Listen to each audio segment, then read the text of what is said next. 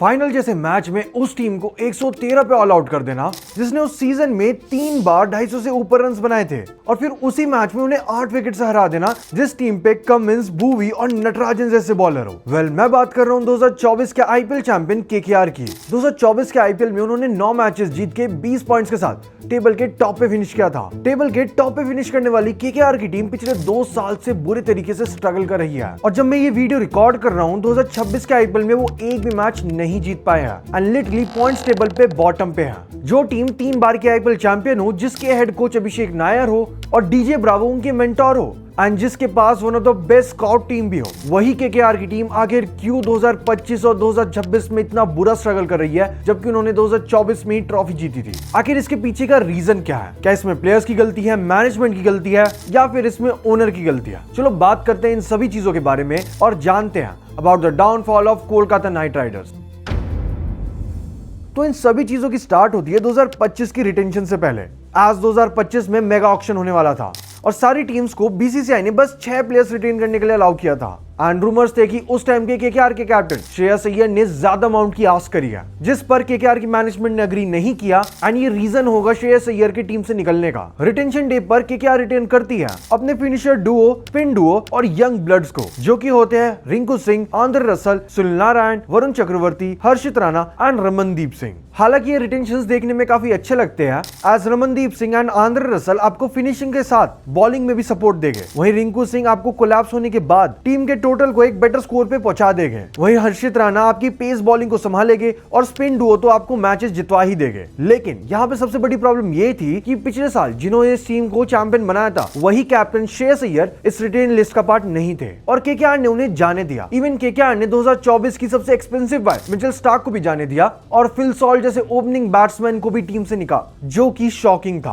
As Phil Salt ने तो इस टीम के लिए उस सीजन में 12 मैचेस खेलकर 435 रन्स मारे थे with a strike rate of 183 and उनमें इन्होंने 4 50s भी लगाई थी। हालांकि आईपीएल के प्लेऑफ से कुछ टाइम पहले ही 2024 के टी20 वर्ल्ड कप की तैयारी करने के लिए इंग्लैंड चले जाते हैं फॉर हिज नेशनल ड्यूटीज। लेकिन केकेआर की मैनेजमेंट को यह नहीं भूलना चाहिए था कि इनकी और सुनील नारायण की पार्टनरशिप के चलते ही केकेआर अपने बेस्ट टोटल्स बना पा रही थी उस सीजन में। और अब बात करें मिचेल स्टार्क की, तो ऑफ कोर्स उस साल वो काफी एक्सपेंसिव तो थे, बट वही तो थे जिन्होंने आपको 12 साल के बाद वानखेड़े के ग्राउंड में एमआई से जितवाया था, और वही तो थे जिन्होंने क्वालीफायर 1 में एसआरएच के सबसे एक्सप्लोसिव बैट्समैन ट्रेविस हेड को 0 पे आउट करके और साथ में 3 विकेट हॉल लेकर एसआरएच को 159 के स्कोर पे ऑल आउट किया था। एंड ये वही बॉलर तो थे जिन्होंने फाइनल में अभिषेक शर्मा को वो अनप्लेएबल डिलीवरी डालकर बोल्ड किया था और उस मैच में सिर्फ 4.6 की इकोनॉमी से बॉलिंग करके एसआरएच को पहले ही पीछे कर दिया था। इसी प्लेयर को केकेआर की मैनेजमेंट ने जाने दिया। एंड चलो ये तो दोनों ओवरसीज स्लॉट थे, बट श्रेयस अय्यर का क्या? वो बंदा जिसने आपकी टीम को 10 साल के बाद चैंपियन बनवाया, वही बंदा जिसने केकेआर को इतने सालों के बाद डोमिनेट करना सिखाया, जिस बंदे ने आपकी टीम के लिए 39 की एवरेज के साथ और 147 के स्ट्राइक रेट से 351 रन्स मारे हो, ऐसे कैसे रिलीज कर दिया, ऐसे कैसे जाने दिया? Like how is this even possible? Fans ने क्वेश्चन तो किया था, पर इतना नहीं, आज उनके पास ऑलरेडी रसल और नारायण भी थे और अब केकेआर को वो टीम वापस बनानी थी जो इन्होंने खुद ही अपने कैप्टन को रिलीज करके बिगाड़ दी थी। यानी कि इन्होंने 2025 के आईपीएल से पहले अपने कोर को ऊपर नीचे कर दिया था, जिस वजह से जो बैलेंस इनकी टीम में 2024 के आईपीएल में था, due to the 2 main reasons, mentor Gautam Gambhir and captain Shreyas Iyer, वो बैलेंस इस सीजन पूरा खराब हो गया था। तो 2025 के मेगा ऑक्शन में केकेआर की टीम टोटल 51 करोड़ के पर्स के साथ आती है, जिसमें से ये टीम में लेते हैं अय्यर को, श्रेयस नहीं, वेंकटेश अय्यर को। वेंकटेश अय्यर के लिए ये टीम अपने 51 करोड़ के पर्स में से 23.75 करोड़ लगा देती है। एंड अब ऑफ कोर्स इन पे इतना पर्स नहीं बचा था कि अपने x players like Shreyas Iyer, Phil Salt, Mitchell Starc को वापस बाय कर पाए। सो इसलिए अब ये उनको रिप्लेस करने का सोचते हैं एंड श्रेयस अय्यर को रिप्लेस करके ये लोग न्यू कैप्टन लाते हैं अजिंक्य रहाणे को। Like of course Ajinkya Rahane is a great batsman, but T20 format में उनका माइंडसेट उस वे में अटैकिंग नहीं लगता जिस वे में पिछले साल श्रेयस अय्यर कर रहे थे। इवन 2016 के बाद से वो इंडियन टी20 टीम का भी पार्ट बिल्कुल नहीं रहा। एंड उसके बाद ये स्टार्क की रिप्लेसमेंट में लाते हैं एंड्रिक नॉर्के को, जिनको 2021 के बाद से बस ट्रोल ही किया जा रहा है, और वहीं सॉल्ट के रिप्लेसमेंट में ये लाते हैं डी कॉक को, जो कि 2024 के वर्ल्ड कप के बाद कोई भी टी20 मैच नहीं खेले थे साउथ अफ्रीका के लिए। एनीवेज इसके अलावा उन्होंने कुछ अच्छे बायस भी करे थे, जैसे कि अंग्रेश रघुवंशी और वैभव बरोड़ा, but we all know it was not all enough as compare to 2014। और फिर स्टार्ट होता है 2025 2025 का आईपीएल, जिसमें ओपनिंग मैच ही होता है आरसीबी के अगेंस्ट, जिसमें केकेआर पिछले साल दोनों मैच आरसीबी को हरा के आ रही थी। लेकिन इस मैच में उनकी ये न्यू टीम एक्सपोज हो जाती है, एज आरसीबी इस टोटल को 16 ओवर्स में ही चेस कर लेती है। और हमें पता चल गया था कि जिस दिन पेस में हर्षित राणा नहीं चलेंगे उस दिन ये टीम डेफिनेटली हारेगी। बट ये सीजन का फर्स्ट हाफ इनके लिए तो बिल्कुल ही रोलर कोस्टर ही था। एज आरसीबी से फर्स्ट मैच हार के सेकंड मैच में ये टीम कमबैक तो करती है राजस्थान रॉयल्स के खिलाफ मैच जीतकर। पर ये लोग इस मैच को इसलिए नहीं जीते कि इन्होंने अच्छा खेला था, बल्कि ये इसलिए जीते क्योंकि इनकी बॉलिंग तुक्के से क्लिक कर गई थी, और वो भी वो प्लेयर्स जिनको इन्होंने रिटेन या फिर बाय बैक किया था। वरुण चक्रवर्ती, वैभव बरोड़ा और हर्षित राणा, ये तीनों ही बॉलर्स 10 से कम की इकोनॉमी के साथ 2-2 विकेट्स लेते हैं। और इस मैच में सुनील नारायण खेल ही नहीं रहे थे, सो मोइन अली को उनकी जगह पे एज एन ओपनर लाया गया था, जो कि बहुत बुरे तरीके से फ्लॉप हो गए, आज वो 12 बॉल में बस 5 ही रन बना पाए। हालांकि इस मैच में डीकॉक ने 97 ऑफ 61 रन जरूर बनाए, पर उनके अलावा तो केकेआर ने इस मैच में काफी स्ट्रगल किया। उसके बाद नेक्स्ट मैच जो कि मुंबई इंडियंस के खिलाफ था, उस मैच में केकेआर की टीम 116 रन पे ही ऑल आउट हो जाती है, जिसको मुंबई की टीम 12 ओवर्स में ही चेस कर लेती है। बट सरप्राइजिंगली एसआरएच के खिलाफ ये 200 रन बनाते हैं और एसआरएच को ही 120 पे ही ऑल आउट कर देते हैं। उसके बाद ये एलएसजी से 238 रन बनवा के खुद 234 तक ही पहुंच पाते हैं। लेकिन उसके अगले मैच में ये सीएसके को 103 पे ऑल आउट कर देती है और उस टारगेट को 10 ओवर में ही चेस कर देती है। लेकिन अगला मैच जो कि पंजाब किंग्स के खिलाफ था, जो कि उस टूर्नामेंट में खतरनाक परफॉर्म कर रही थी, उसको ये टीम 111 रन पे ऑल आउट कर देती है और खुद उस टारगेट को चेस करते हुए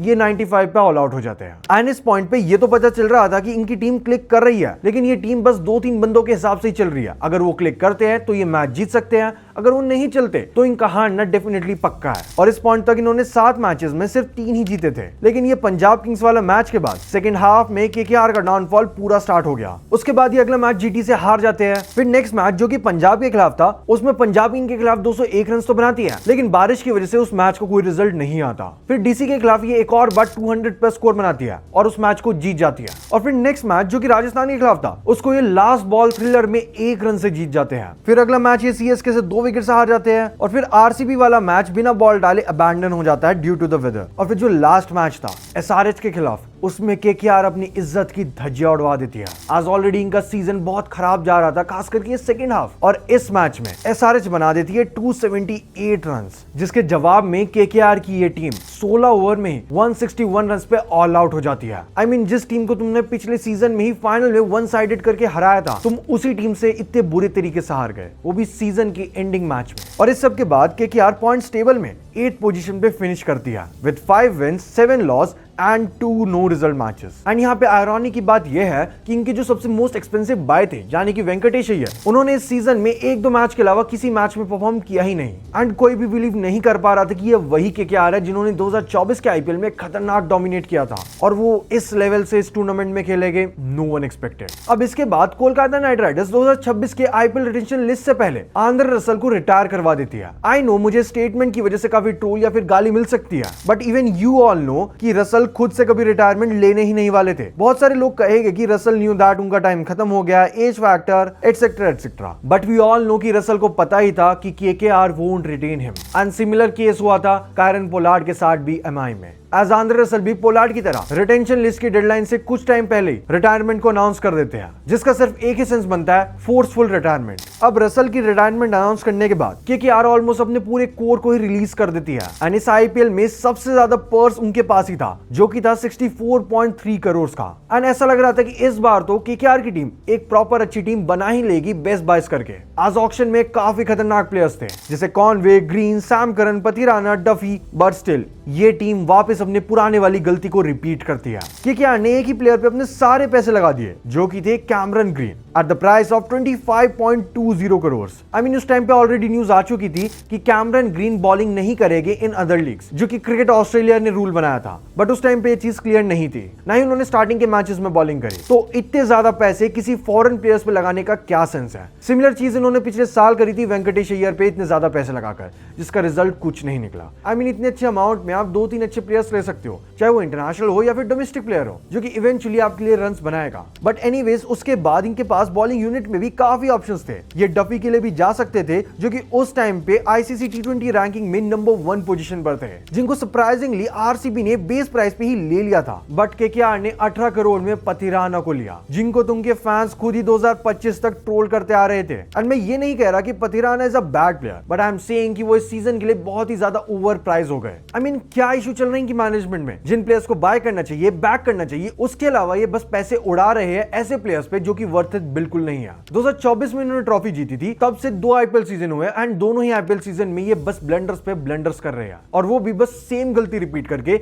जो कि है अनवर्दी ओवर प्राइस प्लेयर्स को टीम में लेकर। जो प्लेयर्स इनके काम आ सकते हैं ये उन पे ध्यान देने की बजाय फ्लैशी प्लेयर्स की तरफ जा रहे हैं, वो भी एक बहुत बड़े अमाउंट पे। आई मीन ये वही गलती है जो कि आरसीबी कई सालों से करती आ रही थी, उसी गलती को अब केकेआर रिपीट कर रही है। बट स्टिल इन्होंने इस साल भी 2-3 अच्छे बाय कर लिए, जिसमें से एक नाम है फिन एलन का, सेकंड है टिम साइफर्ट, मनीष पांडे, और फिर मुस्तफिजुर को भी इन्होंने टीम में लिया था, जो कि कंट्रोवर्सी की वजह से इस आईपीएल का पार्ट नहीं बन पाए, जिनके रिप्लेसमेंट में इन्होंने जिम्बाब्वे के ब्लेसिंग मुस्तफानी को पिक कर लिया, और पावर हिटिंग में रसल के लिए इन्होंने पावल को पिक कर लिया, जो कि इनके स्क्वाड को और बेटर बनाते हैं। लेकिन फिर आती है इनकी किस्मत, एज पथिराना अवेलेबल ही नहीं हो पाए बिकॉज उनको काफ इंजरी है, और साथ में इनके जो मेन पेसर है जो कि इंडियन टीम में खेलने का एक्सपीरियंस भी ला रहे थे, हर्षित राणा, वो भी इंजरी की वजह से पूरा आईपीएल मिस कर रहे हैं। एंड साथ में आकाशदीप भी आईपीएल से रूल्ड आउट हो जाते हैं, और उनकी जगह पर शिवम मावी आते हैं। तो इनका पेस अटैक जिस हिसाब से स्टार्टिंग में देखा जा रहा था कि बहुत स्ट्रांग होगा, विकेट्स लेगा एंड पूरा डोमिनेट करेगा, वो चीजें सब खराब हो जाती है। एज ए बॉलिंग अटैक काफी वीक लग रहा था, और अब तक केकेआर की टीम 5 मैचेस खेल चुकी है, जिसमें से ये 4 मैचेस को हार गई,